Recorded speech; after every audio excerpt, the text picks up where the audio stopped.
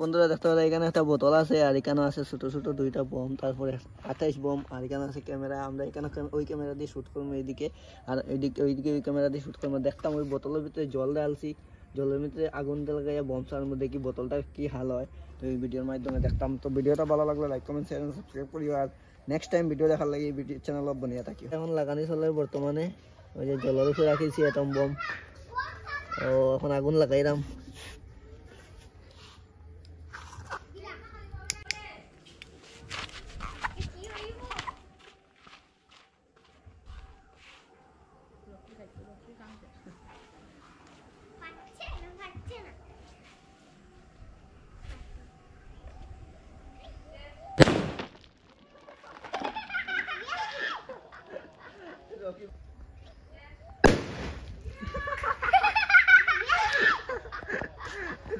বন্ধুরা দেখতে পারে বোতলের হাল কিতা দিছে, ওই দেখো বোতল ফাটিয়ে একদম ভিতরে পুরা গ্যাসে গ্যাস।